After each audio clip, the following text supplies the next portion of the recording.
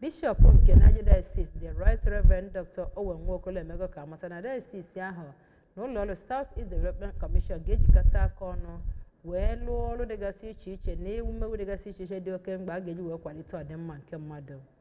Bishop Nwokolo mere ka amata nke a na ofe nlu ịtụ mma pụrụ iche iji wee merube nchịkọta agba nke mbụ nke ọgbakọ sinọdụ nke 33 nke diocese ahụ nke isiokwu ya bụ Kraịst n'ime gị, olileanya nke ebube ahụ n'ụlọ ụka St. Barnabas Anglican Church Ojoto. Onye nta akụkọ ABS bụ Ifunanya Nwankwọ sonyere n'ofe nlu ahụ maka ọrụ anyị ka o siri gaa.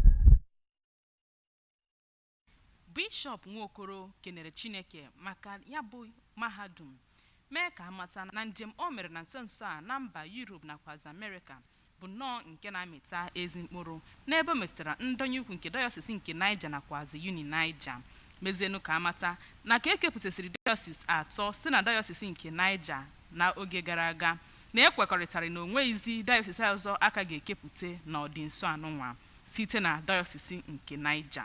Executive Director nke South East Development Commission, Sir Sylvester Okonkwo n'okwu ya mere ka amata na kọmishọn a bụ nnọọ nke ga-adọnyere Diocese anụnwa ukwu n'ebe o metụtara mmekọrịta nakwazi inweta mwegharị bụ ịgba na Diocese ahụ nakwazi na Anambra Steeti n'izugbe.